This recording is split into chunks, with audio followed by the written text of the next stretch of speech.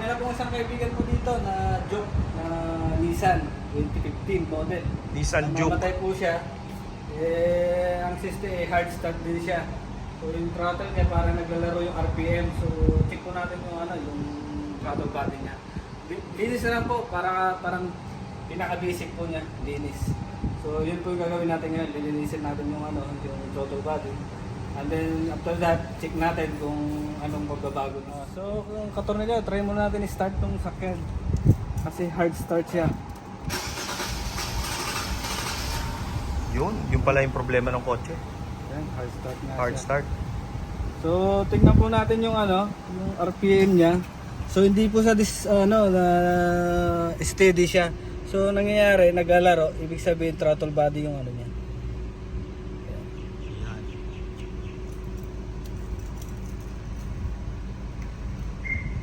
So yun yung RPM. Ito po yung RPM. Medyo siya, stable naman na siya ngayon kasi napainitan yata siguro kanina. So tignan na lang po natin sa sa makina. Sa hood. Throttle body. So open natin yung hood. So bubuksan po natin tong tong hood niya. Tignan po natin yung throttle body.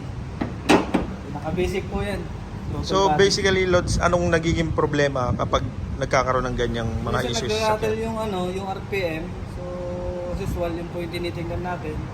Base lang doon, basic, pinaka-basic throttle body. So kailangan lang linisin.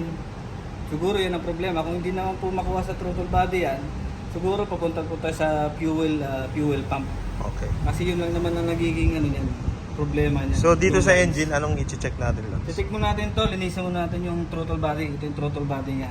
Yan, focus lang So natin. yan, Turo natin sa ito mga yung throttle body niya. load natin. Yun yung throttle. Buksan ko po ulit mga katornilyo, itong itong Juke Nissan. Kailangan po natin tignan ulit. Ngayon, paano ko po ginawa kanina? Tuloy, naigpitan ko na kanina. So ngayon, remote test ko na, 2 beses ko ng remote test. So nakita kong problema. Ito kasi nandito tayo sa kanina, nakapokus hindi na tayo tumingin dito. Nandito yung sensor Ito po yung sensor niya, air sensor. Yan. So ito po doon tayo nakapokus sa throttle body. Ngayon nakita po natin yung throttle body kanina na malinis naman. Operation starting niya medyo papatay-patay lang. So ito po yung ipakita po yung maluwag. Ito po lang yung maluwag kanina. Kinigpitan ko ito. Yan. So ibig sabihin, pag hindi mo po nahigpitan to ng mahigpit, may posibilidad po yung hangin is lumalabas. So hindi kumpleto yung hangin na susupply niya dito. Although nandito yung sensor, yung sensor nadidetect niya yung sensor yung hangin papunta dito. So yun po yung tornilyo, problema. Maluwag. Sobrang luwag. Hindi po siya maluwag. As in maluwag. So yun, Lods, yung nagkakaroon ng cause na nagkakaroon siya ng hard start. Hard start kasi yung starting niya hindi kumpleto yung hangin. Kulang. Tapos yung pag nandun ka na sa stoplight na sinasabi ng kaibigan natin, nandun ka na sa stoplight, namamatay, sabi niya.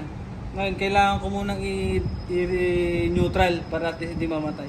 Kasi yung hatak nung pag naka-drive ka, mas malakas yung impact ng hangin pumapasok pero wala siyang pumapasok gawa ng may singaw dito.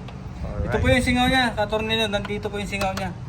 Kanina po maluwag po to, as in nakabuka talaga tong kanina. Kaya yun ang problema po kanina, katornilyo. Kulang sa push ng air. Ngayon, higpitan ko po ulit katornilyo, tignan po natin yung starting niya kasi kanina hard start. Ngayon, makikita po natin to. So, papunta po tayo sa sa loob.